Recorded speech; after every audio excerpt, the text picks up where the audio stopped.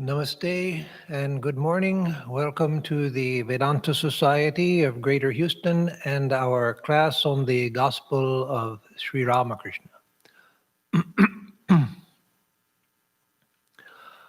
Om Sarva Jiva Papanashakaranam Bhaveshwaram Swikritang cha garbhavasa deha pashamidrisham Yapitam swalilaya cha yena divya jivanam Yapitam swalilaya cha yena divya jivanam Tannamami Deva Deva Ramakrishna Ishwaram. Om Shri Vivekanandari Satchishya Supujitaya Shri Sharada Devya Virata Sevitaya Shri Ramakrishna Paramahamsaya Avatara Varishtaya Chate Namaha. Om Tava Katamritam Tapta Jivanam Kavibhiriditam Kalmashapaham Shravanamangalam Shrimadattatam Bhuvi Grinanti Ye Bhurida Jana.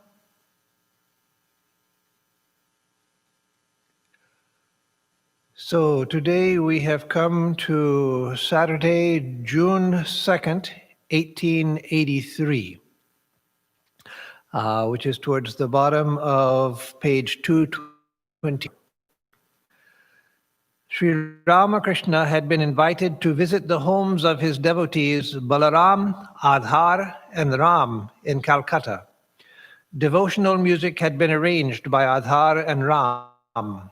The master was accompanied in the carriage by Rakal, M, and others. As they drove along, Sri Ramakrishna said to the devotees, "You see, sin flies away when love of God grows in a man's heart. The reservoir dug in a meadow dries up under the heat of the sun. But one cannot love God if one feels attracted to worldly things, to woman and gold. Merely taking the vow of monastic life will not help a man if he is attached to the world. It's like swallowing your own spittle after spitting it out on the ground." So here Sri Ramakrishna is going to spend the day with the devotee, going to different houses. And as often would happen, partly because it was on the north side of Calcutta, he would go first to Balaram's house.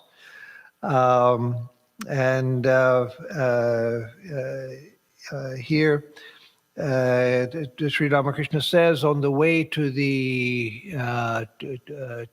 house, to those that were with him in the carriage, to Rakal, M, and maybe one or two others, he says this about sin flies away when love of God arises within one's heart. That when one begins to love God, the very idea of doing that which you don't want to do, that which you know you shouldn't do, that which you know is not helpful to you, the very idea of that goes away. So the more we love God, the less we have disturbing thoughts arising and trying to pull us in bad directions. And so the method Ramakrishna always taught for overcoming bad habits and bad thoughts and things like that is to try more and more to direct the mind towards God. Rather than a full frontal attack on desire or bad thoughts or bad habits, etc., divert the mind, turn the mind towards God, and those things will begin to fall away. The spiritual solutions to life's problems are slow, and that's the problem with them. They don't happen immediately. but they are effective and they're long-lasting. Other things treat symptoms and may help for a while, but they don't get rid of the root cause of our problems. Whereas the spiritual solution takes time, and therefore it takes patience and perseverance.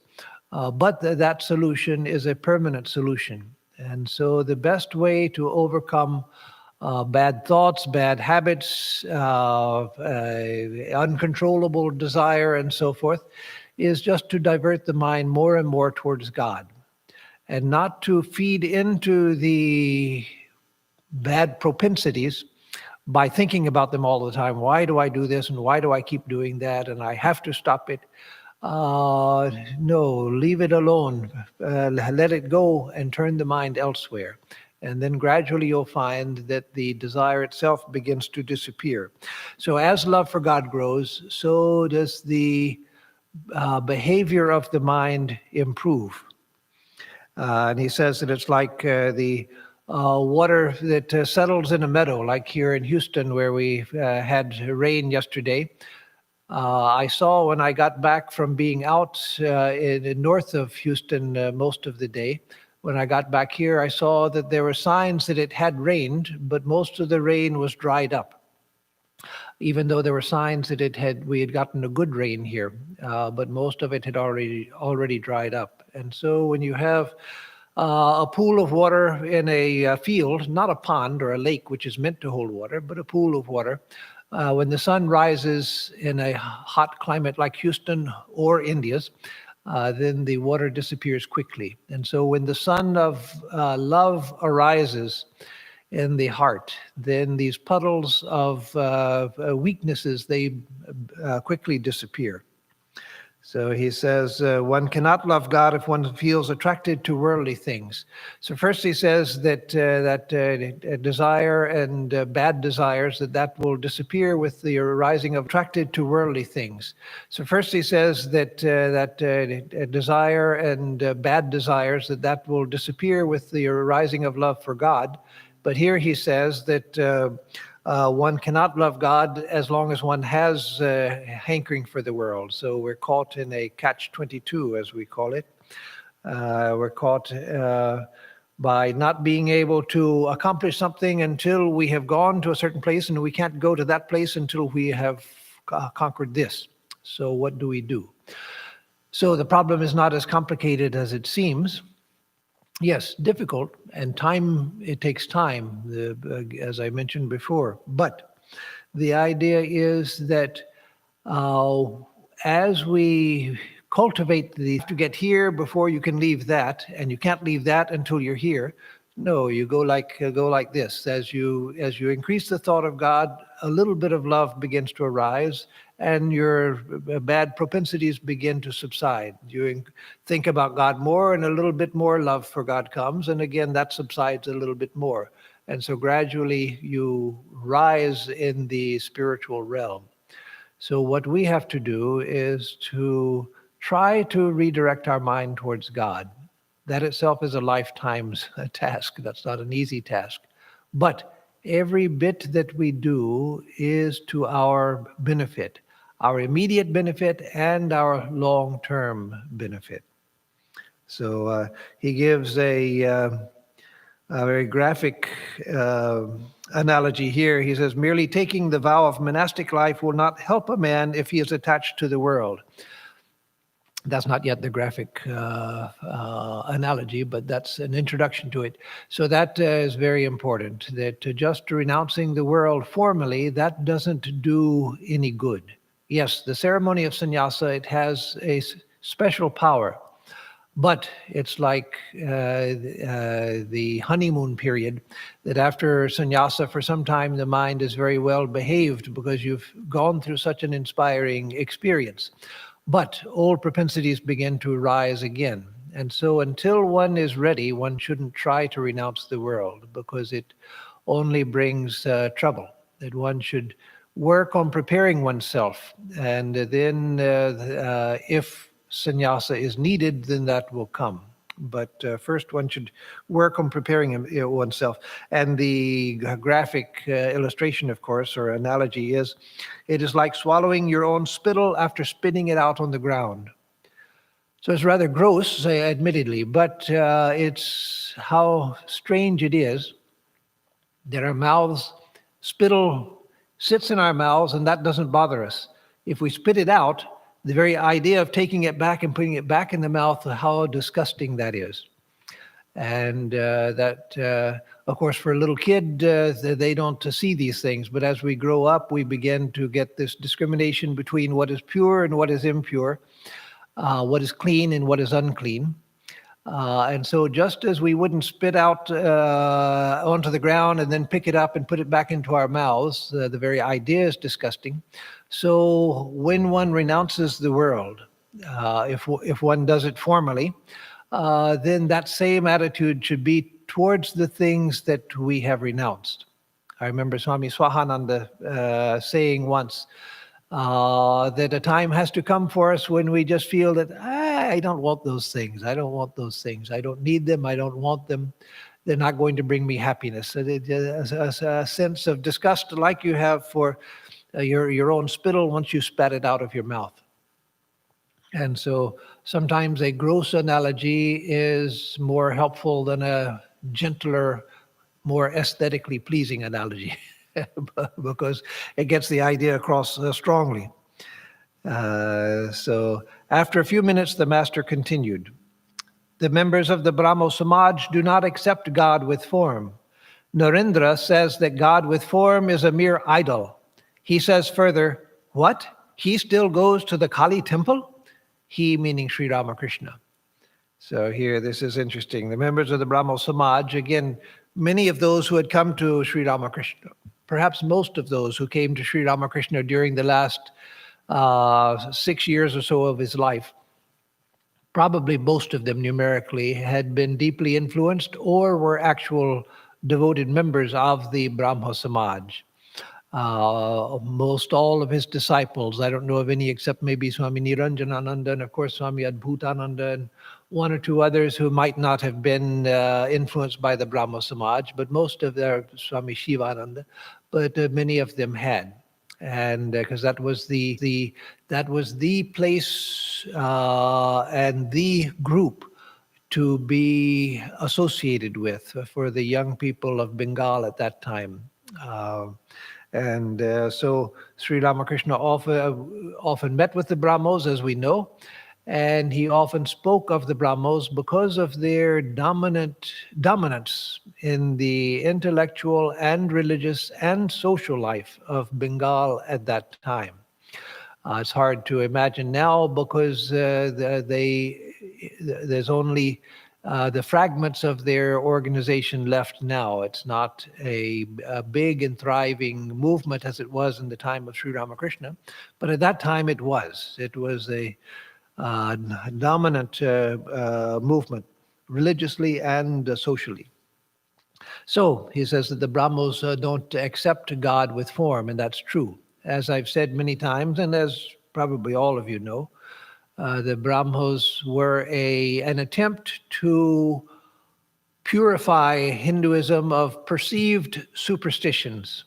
That is, those perceived superstitions, many of them, not all of them, there are many social practices which were not based on the Vedas and which were superstitious and which needed to go, and Swamiji himself was not in favor of maintaining them. But there were many other things that were thought to be superstitions by Christian missionaries who came with their monotheistic Abrahamic tradition of Christianity to India, and with their reasoning and so forth, and the power of Western civilizations, technological, cultural, etc., people were deeply impressed.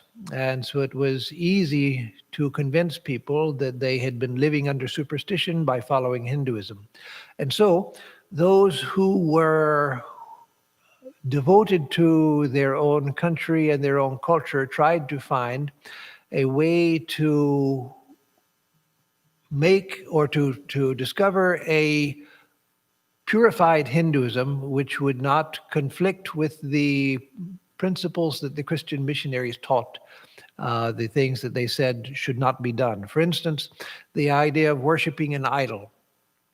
That has been considered from the time of long before Christ in Judaism, was considered a superstition and something that is forbidden in the Old Testament and continuing in the New Testament, the worship of idols.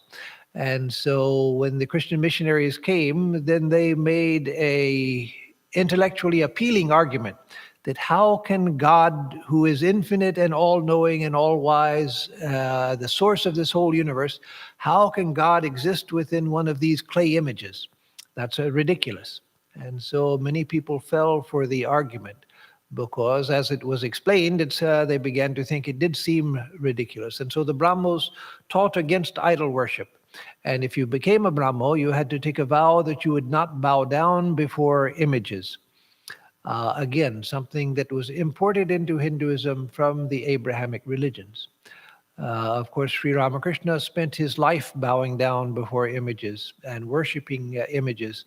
And Swami Vivekananda, who at this time was still Narendra, he's mentioned in this paragraph also that Narendra says that God with form is a mere idol. So he was repeating that which he had heard in the Brahmo Samaj and what he had read in Western thinking as well. So that idea that the infinite could manifest within a form, that was considered not just a wrong idea or a superstition in the Abrahamic traditions, it's actually considered evil. And so by worshiping idols, you're actually not just doing something superstitious. You may not want to walk under a ladder because if you walk under a ladder, it brings bad luck. Or you may run from a black cat because it brings bad luck if it's crossing the road in front of you. Those are superstitions, but they don't, they're nothing but a silly superstition. But the idea of worshiping an idol, that was actually considered evil. Not walking under a ladder is not considered evil. Being afraid of a black cat walking in front of you, it may be stupid, but it's not evil. But worshiping an idol was considered actually evil. And so Narendra says that God with form is a mere idol. He says further, what? He still goes to the Kali temple, meaning Sri Ramakrishna. So look, this is 2 years after Swamiji had come to Sri Ramakrishna. Swamiji had been coming to Sri Ramakrishna by this time for two years. And still he had that idea. Now that may make one think that Swamiji was particularly, or Narendra was particularly stubborn and dense-minded, that he couldn't see the beauty of what Sri Ramakrishna was doing and see the truth of image worship. But no, as Swami Saradananda explains in the Great Master, the Lila Prasanga, this and other such evidences of Swamiji, the difficulty of convincing Narendra of something, of an idea, was because of the strength of his mind. It wasn't ordinary stubbornness. But once Swamiji or Narendra was convinced that something was true, unless you could show him that it was not true, then he wouldn't give it up. And so by this time, Swamiji had not, or Narendra had not yet seen the beauty that could come through idol worship. In fact, it took until late in Sri Ramakrishna's life at Dakshineshwar, before he was moved to Shampupur and then Kashipur, before he began to understand that famous night when he went to the temple of Mother Kali to ask that his mother and brothers and sisters be cared for. And he saw the living Divine Mother in place of the image. So Sri Ramakrishna continues, or the narration continues. Sri Ramakrishna and his party arrived at Balaram's house. Yajnanath of Nandan Bagan came to invite the master to his house at 4 o'clock in the afternoon. Sri Ramakrishna agreed to go if he felt well. After Yajnanath's departure, the master went into an ecstatic mood. He said to the Divine Mother, Mother, what is all this? Stop.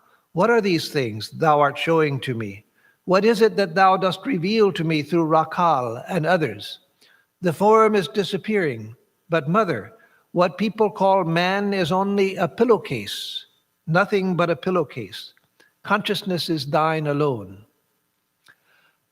And so who knows what Sri Ramakrishna was seeing and what the Divine Mother was showing him, because all we can see are the words that he said, thanks to him who recorded them. But we know that he went into an ecstatic state. There's no obvious connection to Yajnanath. That's just an interlude of something that happened. And then after that, when he left, Sri Ramakrishna went into ecstasy. So those two things seem to be unconnected.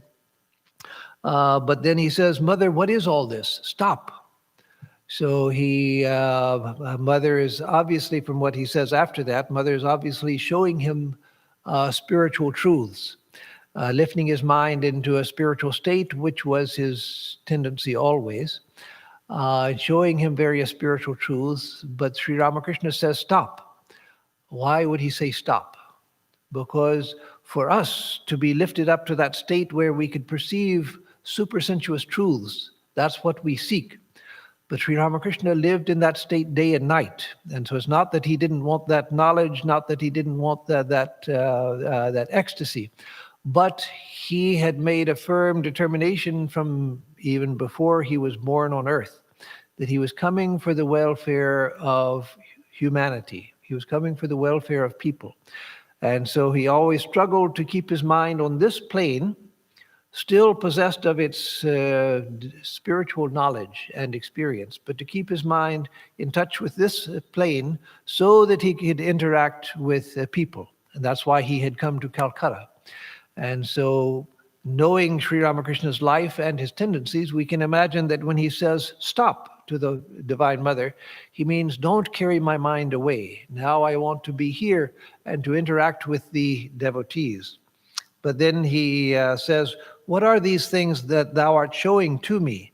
What is it that thou dost reveal to me through Rakal and others? So there Rakal and others are present in the room with him, or hall, whatever it was, in the home of Balaram, probably in the hall upstairs where he used to gather with the devotees. And the Divine Mother is revealing something to him through Rakal and the other people present. So he says, the form is disappearing, but Mother, what people call man is only a pillowcase, nothing but a pillowcase. So the form is disappearing. So perhaps it was the forms of Rakal and the others that were disappearing, and he was seeing pure consciousness remaining, and seeing that the form that we see, this body, is nothing but like a pillowcase. Just as a pillowcase is used only for stuffing a pillow into, the pillowcase has no other use. And it's just this thin cover of cloth that's filled with a pillow. So Sri Ramakrishna would, from time to time, he would say that he sees everything like pillowcases filled with Brahman. It was just an analogy, a way of trying to describe what it was that he was seeing. That all of these forms of living beings that we see, there's nothing but the appearance, but inside the reality. And inside doesn't mean inside the skin. No, the skin itself. So it's not like the skin that you see, that's the pillowcase, and inside of the skin there's Brahman. No, Brahman is the reality, and this is just an appearance of a form, just a thin veil that hides the reality of Brahman. And so that the Divine Mother was showing to him. Consciousness is thine alone, he says. You alone, O Divine Mother, you alone, O Mother Kali, you are consciousness itself. And Rakal and these others that are here seated before me, they are just forms draped over the reality of your infinite consciousness. That everything that we see here is nothing but a film of name and form, hiding the reality of divine consciousness, which is everywhere and which is everything. It's the substance of everything, is that divine consciousness. So then he continues, still in a state of ecstasy. He says, the modern Brahmajnanis have not tasted thy sweet bliss. Their eyes look dry, and so do their faces. They won't achieve anything without ecstatic love for God. So here again, he's speaking to the Divine Mother, only partially aware of those around him. Again, he saw the forms of the Rakal and others melting into pure consciousness.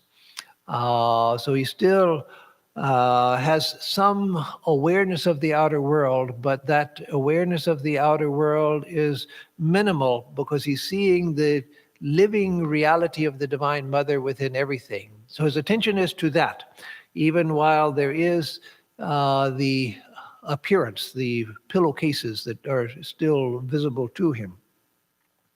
So the Brahmajnanis, that is the members of the Brahmo Samaj, used to call them the modern Brahmajnanis.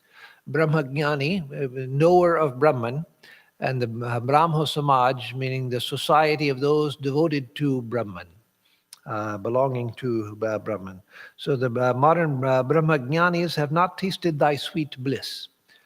That is because they were interested in social reform and other things.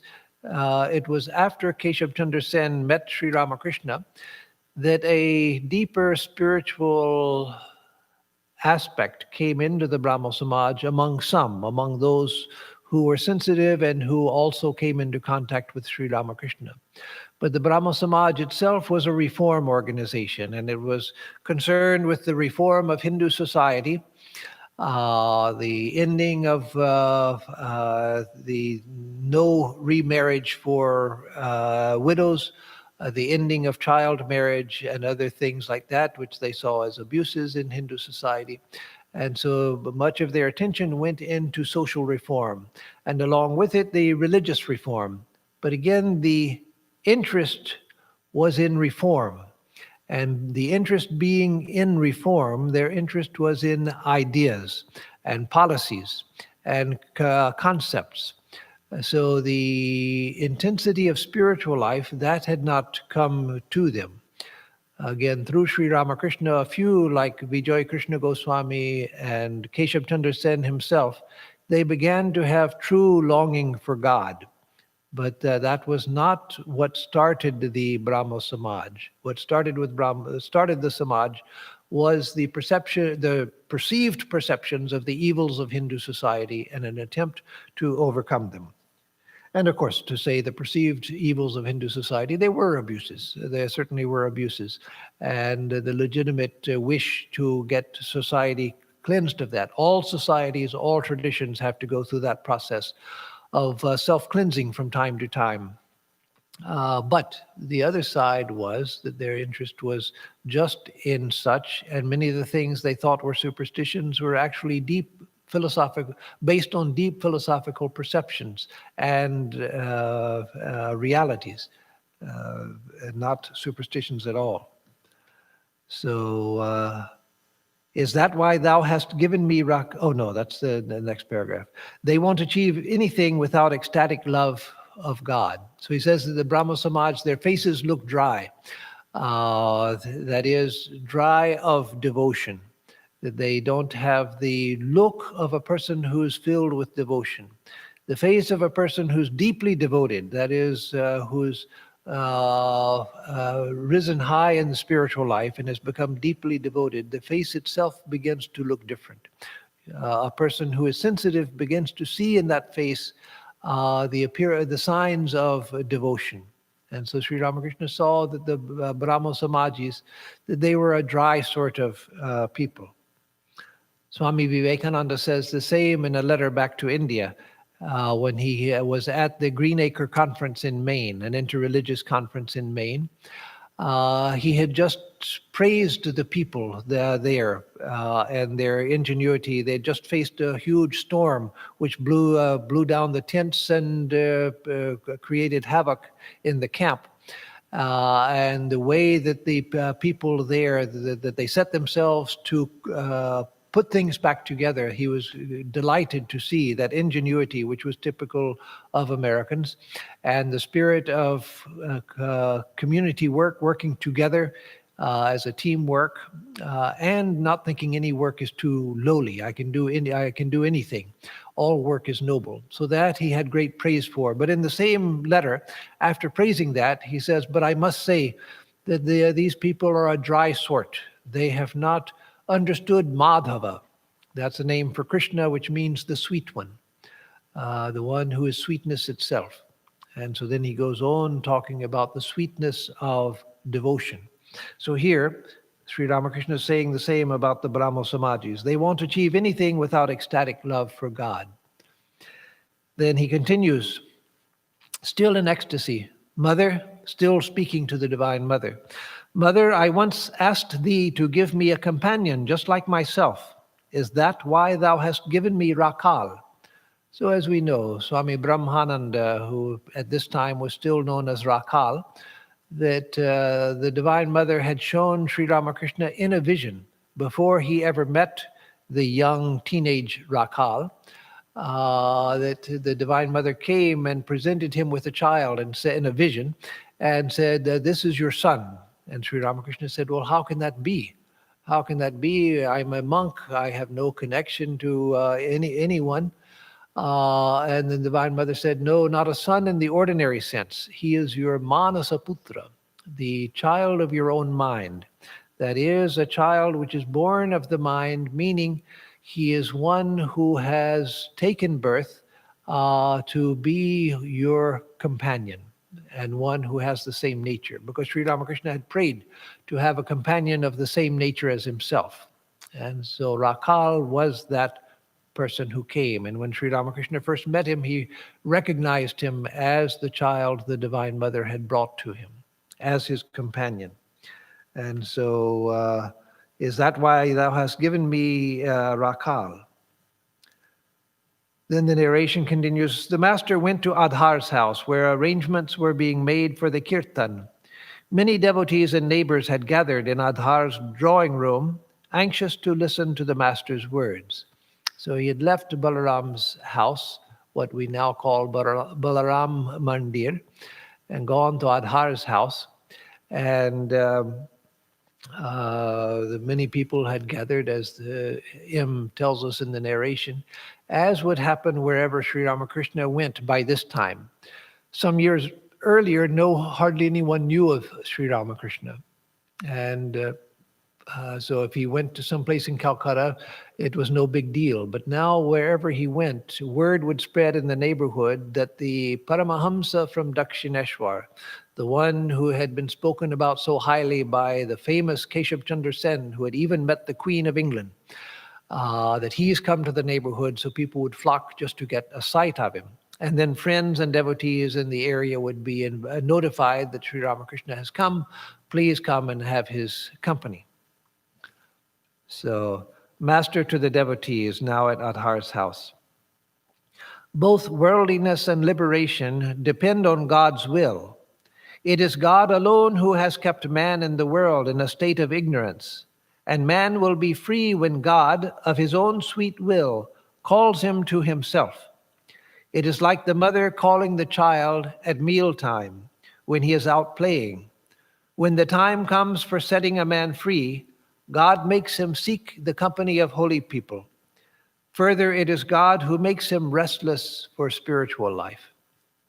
So here, both bondage and liberation depend upon God's will. That's a hard thing to accept for a long time in our spiritual life, to accept it deeply, because that means that my bondage and all of my suffering, that is God's will. And so that is hard to square with love for God. If God has kept me in this state when he could have kept me in a liberated state, then what's the use of worshiping such a God?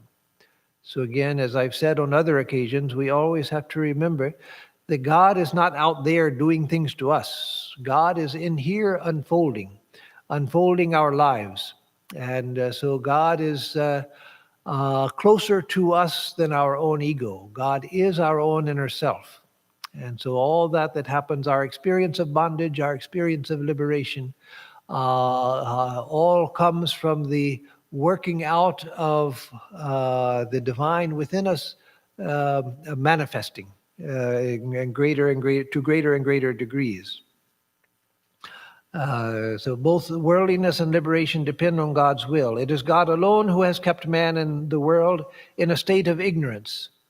So again, that's a very hard statement to accept, that it is God who has kept me in this state of ignorance, and therefore I suffer. And man will be free when God of his own sweet will calls him to himself. And then he says it's like the mother who calls the child at mealtime. So there we begin to get a different sense. When you think of it, when you think that God is the one who has put me in this situation, it's God who has put me into a state of ignorance, God who has put me into a state of separation, the sense of separation from God and separation from the world and other people, that is God's fault, then from that perspective, it's hard to begin to feel devotion for God.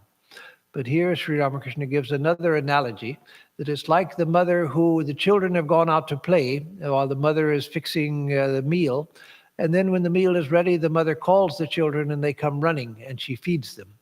And so our present life of ignorance, our life of wandering around in this strange universe, it is really, to the extent that you become detached from it, to that extent you begin to see what a strange universe this is, what a strange world it is. How strange are the things that happen in this world. When we're completely involved in it, everything looks natural. When we step back, we see how strange the whole thing is. And so we're out here playing in this world of ignorance, assuming different identities and so forth.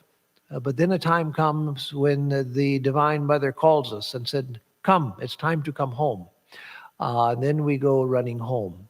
And so that is what we are to pray for, that the Divine Mother begin to call us back home, that we begin to feel the call of home. And so again, remember that in Vedanta, the idea of God is always not God out there doing things to me who am here, but God on the inside. And also, there's the associated idea that comes from the non-dualistic school of Vedanta, which we can harmonize with the path of devotion, because they're both based on the same truth of the divinity of everything. The non-dualistic idea that it is I who am playing this role within the world, and when I am tired of it, I will give it up. Dualistic, the devotional, I should say, not dualistic, the devotional idea and the non-dualistic idea, we don't really understand our situation with much depth until we have kind of see that these are the two faces of the same coin. Swami Vivekananda said that, well, I should give the background. Miss Bell, a New Age teacher from the Home of Truth, as it was called at that time, a New Age church. Miss Bell had become interested in Swamiji's teachings because she saw that they were quite in tune with her New Age beliefs. In fact, New Age thinking in America came through the influence of people like Swami Vivekananda and early translations of the Hindu scriptures. So she told Swamiji one day at Camp Taylor in Northern California that, Swamiji, this whole world is like a schoolhouse and we are all learning our lessons. And Swamiji said, Madam, who told you that this is a schoolhouse? Now, Swamiji himself had used that analogy in earlier years when he was in his first trip to America. He said that this whole world is like a schoolhouse, just as Miss Bell is saying now, and that we're all here to work our way through it, to learn, to gain experience until we can come to realization, which is our graduation from the schoolhouse. But this time when Miss Bell said that, words that Swamiji himself had said in earlier years, that this world is a schoolhouse and we are learning our lessons. Swamiji says, "Who told you that, madam? It's not a schoolhouse. This world is a circus ring and we are clowns playing for the fun of it. When we get tired of it, we'll give it up." So from the non-dualistic standpoint, from the standpoint of jnana, of knowledge, of self-knowledge, then we have entered into this universe out of our own play. Now, from a devotional standpoint, it's the Divine Mother or Shiva or Krishna or whomever, but God, who is playing in this universe, is the play of God. But from the non-dualistic standpoint, this whole universe is the play of Maya. And I, who am Brahman, I, who am the reality, I have, for the fun of it, I have forgotten my reality and have entered into this playhouse. Like kids, I remember when I was a kid going to the county fair, and everything was so much fun for a kid to go into the house of mirrors and things like that. Oh, I still remember the excitement of getting to go into the house of mirrors and running from room to room and seeing the different things. So that is our situation here, but we don't find it fun because we've forgotten that we came here to play. But there is a state of consciousness, which Swami Vivekananda was in at the time when he told Miss Bell, "Who told you that, madam? This is not a schoolhouse. This is a circus ring where we are all clowns tumbling and playing. And when we get tired of it, we will leave it." So there's a state where we actually see that other beings are like clowns, that something within each one of us knows the highest truth, even now. Even in our state of forgetfulness, there is somewhere within us, there is that which is never forgotten. And so a person can go into a particular spiritual state, which Swami Vivekananda was in at that time, where one sees that everyone is illumined. Everyone is a Buddha. Everyone is enlightened, but they're just playing different roles. And so Swamiji was in that state, and he taught from that state when he was in California in 1900. So what Sri Ramakrishna is talking about here is the same thing from the devotional side, where the talk is about God rather than to talk about the self. Because in Vedanta, the two come together. So whether you relate to God talk, that is, God is the infinite being and I am just an instrument of God, or whether you relate to the idea of self-knowledge, that I am Brahman, and this whole universe is play which arises within me. It doesn't matter. And for the wise person, you can go back and forth between these two ways of looking at the same truth. So, both worldliness and liberation depend upon God's will. It is God alone who has kept man and the world in a state of ignorance, and man will be free when God of his own sweet will calls him to himself. It is like the mother calling the child at mealtime when he is out playing. So that idea is beautifully expressed in one of Swami Vivekananda's greatest poems, a poem he wrote in English. The original is in English. My play is done. Rising, falling, ever falling, with the waves of time still rolling on I go, from scene to scene ephemeral, life's something come and go. I forget the word there now. Anyway, you can look it up. It's a beautiful poem, My Play is Done. And so it expresses this idea.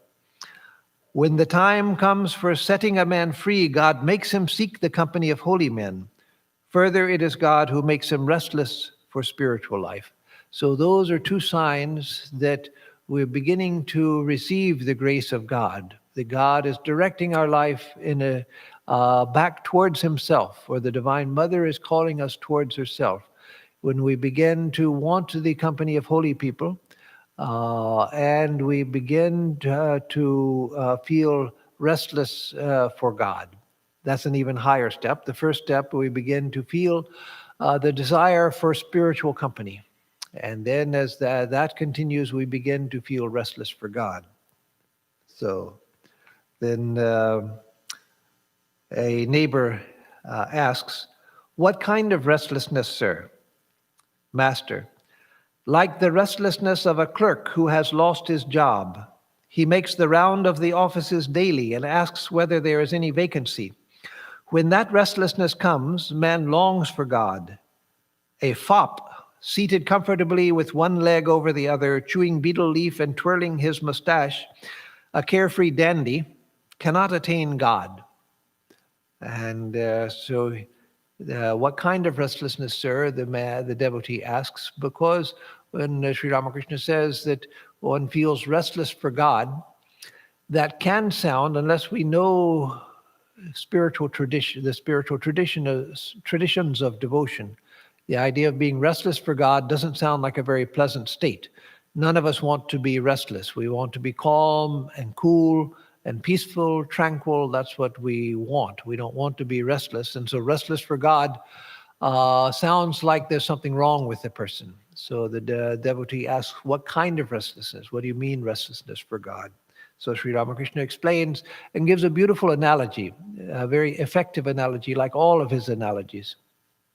Any analogy that Sri Ramakrishna gives can be gone into very, very deeply, that there's a tremendous amount of meaning and significance in any analogy he gives. So here he gives the analogy of the clerk who has lost his job. And so he's running around looking for a new job. And that, unfortunately, for the many millions of people here in this country now, for whom that has become a reality, that is a sad reality we're seeing now. People out of work are struggling to find a job anywhere, any kind of job, just some employment so that I can keep paying my bills, I can keep my house or my apartment, etc. So just as a clerk losing their job goes in search of employment, putting in applications, giving in their resume, appearing for interviews and so forth. And if they're turned down one place, they go to another place. They keep looking and looking and looking because they're desperate to get employment. They know that they have to get employment. And so a spiritual aspirant begins to feel that kind of restlessness for God. That is, the feeling, we begin to feel the fact, the uncomfortable fact that we are in our present experience separated from God. Not actually separated, but in our experience we feel ourselves to be separated. In our consciousness we find ourselves separated. In our way of thinking, way of experiencing, we find ourselves separated from God. Isolated, small, little, insignificant people. And so we begin to feel restless for God. And it's a beautiful analogy for various reasons, but another reason is because there are levels of meaning and levels of depth to it. Another reason is that when we meditate, we often feel that I'm not getting anywhere, that I can hardly keep my mind fixed on God. I try to meditate and the mind runs away. And after a long time, suddenly I realize that I've been daydreaming, and I bring the mind back, and as soon as I bring it back, it seems to run away again and stay away for a long time. And so that is like the unemployed clerk going from office to office and getting rejected. We try to meditate, but nothing happens, and the mind runs away. And then we bring it back, and nothing happens, it runs away. We do japa, and we're repeating the mantra all right, but the mind is thinking about other things. And so at that time, we're like the clerk going from office to office, presenting our resume, giving interviews, asking if there's any work available, and being turned down everywhere, and spending most of our time in the street wandering around, wondering where we should go to apply next. And so as we go on doing that, as we go on trying to meditate, trying to repeat the mantra with devotion and yet failing, a time comes when we do the same thing. We put in our application, and suddenly there's an interest in us. So we can see it in the person who receives our application, that they show some interest in us. And then we then we are kept there for some time. We begin to feel hope and realize that, yes, there is hope for me. And then maybe after some time, it doesn't turn out. We don't make it to the second round of culling out or trying to find within the circle of people who have applied those that we want to draw from. But like that, we keep going until finally a time comes when we put in our application, and then we are held there. Then we are kept. So first it's rejection everywhere. Then once in a while somebody shows interest and we feel a connection. And then again we're disappointed, and then start again. And then a time comes when we're actually hired. And so in spiritual life we have to do that. Every time we sit for meditation, every time we repeat the mantra, we're putting in our application to God. So yes, we should try to think of it with devotion, not in mechanical terms, that I'm actually turning in an application for God, waiting for God to do something. But in the long period in the beginning of spiritual life, it feels like a mechanical process, like we are just turning in an application. And we find it hard to think of God because we don't really have much hope that anything is going to work. But if we keep doing what we can do, even if we feel no devotion, even if we feel no longing, even if we feel no promise that this is going to be fulfilled, by remembering the example of others, that many countless of others now and for ages past have done this also, and it has finally worked. So it will work for me also. So let me keep putting in the application, keep putting in the time, trying to meditate, trying to do japa. And at some point, it's going to begin to work, even when we think that nothing is working. So, and he says that a fop seated comfortably with one leg over the other, chewing betel leaf and twirling his mustache, a carefree dandy cannot attain God.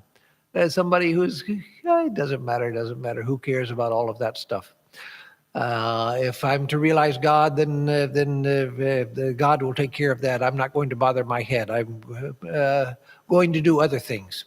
I'm not bothered about spirituality. When the time comes, then God will give it to me. But as far as I'm concerned, I've got other things to do. Such a person won't realize God. So the neighbor asks, can one get this longing for God through frequenting the company of holy men? Master, yes, it is possible, but not for a confirmed scoundrel. A sannyasi's kamandalu made of bitter gourd travels with him to the 4 great places of pilgrimage, but still does not lose its bitterness. And so a scoundrel will not begin to feel this longing for God, even in the company of holy people. Sri Ramakrishna compares the scoundrel to the traditional kamandalu, that is water pot that sadhus would carry in India. I always wanted to get one just because they are traditional signs of a sadhu, not because I ever needed it. But they're very difficult to find nowadays. There are only certain places in India where you can find them. They're not available most places. And so it's large like this, a big made from a gourd with a wooden pedestal on the bottom and a top, and then a spout made onto it out of wood, and then a rounded handle like that. And so it holds water, and you can use it for drinking, for washing, etc. So Sri Ramakrishna says that the sadhu carries that water pot with him to all the 4 sacred pilgrimage places in India, and yet it never loses its bitterness. And so the scoundrel can go to all of the holy places in the world, can make pilgrimage everywhere, can go to many holy people, but they never lose their worldliness because they are cheats to begin with, scoundrels to begin with. So that doesn't mean that the scoundrel never has any possibility. No, everybody will come to illumination at some point. But those who are self-satisfied and are confirmed scoundrels, it'll be a long time before they come, because they feel no need for it. And usually such people Such people do go on pilgrimage, but usually they're going on pilgrimage with some ulterior motive. And it's not out of great devotion for God. And so that's why Sri Ramakrishna says what he says here. So then they begin kirtan. So we will stop here, a good stopping place. And I'll give the announcements. And then if there are any questions or comments to handle, I will take those if anyone writes anything in the comments. Otherwise, we'll have the closing chant. So for announcements, on Sunday, this Sunday, I will speak on the goddess, Devi. That is, it's part of the series on Hindu gods and goddesses, which I started some time ago, back in the summer. I spoke on, or late spring and summer, spoke on Saraswati and Ganesha, and now I'll speak on the Divine Mother, Devi. As I plan to do, later I will speak on particular goddesses like Durga, Kali, as I've already spoken on Saraswati. But for now, I want to give a talk just on the idea of the Divine Mother. And so that will be Sunday. Then Tuesday at the usual time, 7:30 p.m., we'll have the Bhagavad Gita class live streamed. And next Thursday, we'll continue with this gospel class. And then again, I will keep mentioning until it happens that on October 17th, we will have Durga Puja, but not with a big gathering in a tent outside. There'll be no gathering. The puja will be here within the shrine, and only those who are directly assisting with the worship will be allowed in. It will be live streamed, but after the puja is over, we'll make arrangements for those who wish. They can come and safely enter, make pranam to the Divine Mother, and then exit and go back to their car. So that will be October 17th. That is it. Surenji, are there any? Yes. The master to devotees, he talks about the God's grace. Yes. Because the direct conflict with the self-effort there, how do we reconcile? So the question is about where Sri Ramakrishna talks about it's God's grace, but that's in direct conflict with the self-effort. So some have harmonized the conflict between self-effort and God's grace by saying that when one takes up self-effort, because most people are not seeking God, they're not seeking God at all. Those who do try to find God, even with faltering beginning steps, it's because of the grace of God. That's a sign that the Divine Mother has begun to call us and bring us to herself. So that itself is a sign of self-effort. From our side, the problem with grace, and it may sound strange that there is a problem with grace, but there's a problem with the idea of grace. And that is that if we have the idea that I can't do anything and I can't even progress spiritually without God's grace, so let me just wait for God's grace, then I'm not going to do anything. So for us, from our side, as soon as we feel any longing for God, we should take it up and strive. We should use a self-effort to try to progress in spiritual life. Yes, eventually we'll find that itself was a sign of God's grace. But from our side, we don't see that yet because we haven't come close enough to God to see the hand of God working. So we have to use self-effort. That's why Swami Turiyananda said that perfect surrender to God is the very last word in spiritual life. Until we have come to God, we have to strive the best that we can. So God's grace is not an excuse for not doing anything. No. If you don't feel God's grace, then struggle for it. Struggle for it. That's why Sri Ramakrishna said, the breeze of God's grace is always blowing, but we have to raise our sail in order to catch it. And so we have to exert self-effort. until we come to a point where we realize that even my self-effort is the grace of God. And now I can just surrender to God. When surrender begins to feel like a reality to us, when it's not just a word, not just a concept, but we actually begin to feel that there is the possibility of surrendering to God, then we can move in that direction. Until then, we have to put forth self-effort. But eventually we realize that that itself came because of the grace of God, that it was the Divine Mother, the sign of the Divine Mother's calling us. So let's see. For those who are not confirmed scoundrels, at least who do not, who don't feel themselves to be so, how to develop this longing for God? Yes, that's a good question, Honorata. Subhash. That's a good question. That if we're not confirmed scoundrels, then just to do our practice, the best that we can, to keep putting in our application. Again, putting in a work application, that's sort of a mechanical process. We may be concerned about it, we may be restless about it, but it's something that's very transactional on this level. But transferring it to the level of spiritual aspiration, then we keep putting in our application by trying to think of God, trying to do japa with an attentive mind, trying to meditate, trying to think about God, singing a devotional song and trying to feel the emotions of it. It's all trying. It's all make-believe. But just as children, their make-believe is very important. We don't always understand that. Of course, psychologists understand it.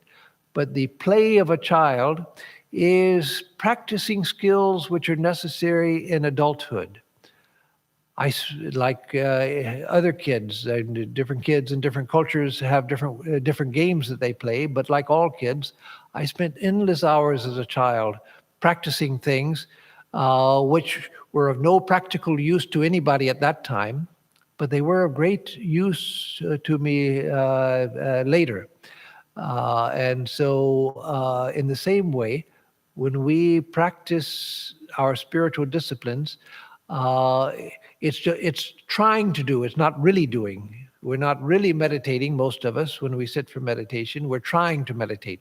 That's okay. That's what we are to do. And those of us who are not scoundrels, or at least who hope that we are not scoundrels in reality, that is what we can do and what we should do. And in that way, and if we're doing that, we're not scoundrels. Because as Sri Ramakrishna said, for a scoundrel, there's really no hope in this life if they're confirmed scoundrels. So us, even though we might have done many things we wish we had never done, we might have hurt people, we might have done other things that were bad. But if we are trying, even to a small degree, to think about God, to come to God, then we are not confirmed scoundrels. We are spiritual aspirants, and we are feeling the pull of the Divine Mother.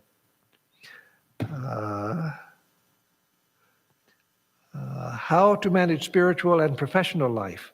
Swamiji says, take up one idea and make that one idea everything.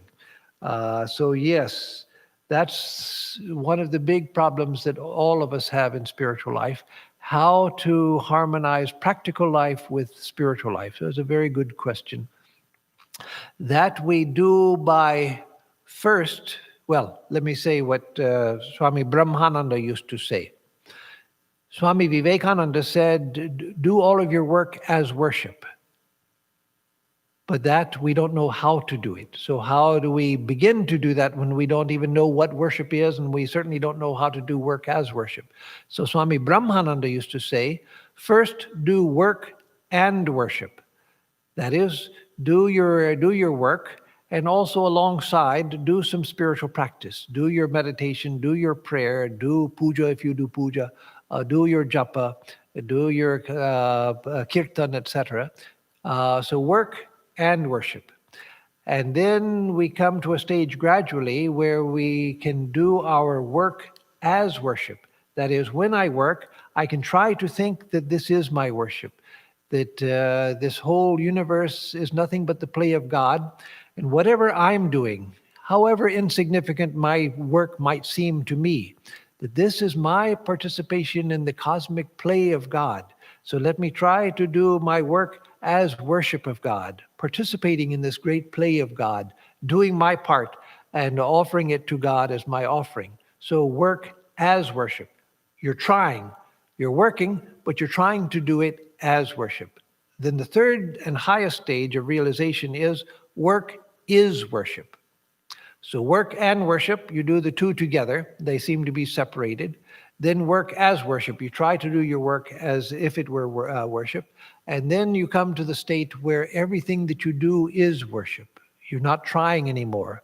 Everything that you do is an act of worship out of love for God, because you're so filled with the love of God and the consciousness, the awareness of God, that everything becomes an act of worship. So that's the way that we progress. Every work can be seen as spiritual practice. We just have to learn the secret of doing it. So with that, I will close and give a closing prayer. Om Niranjanam Nityam Anantarupam Bhaktanukampa Dhrita Vigraham Vai Ishavataram Parameshamidyam Tam Ramakrishnam Shirasa Namamaha.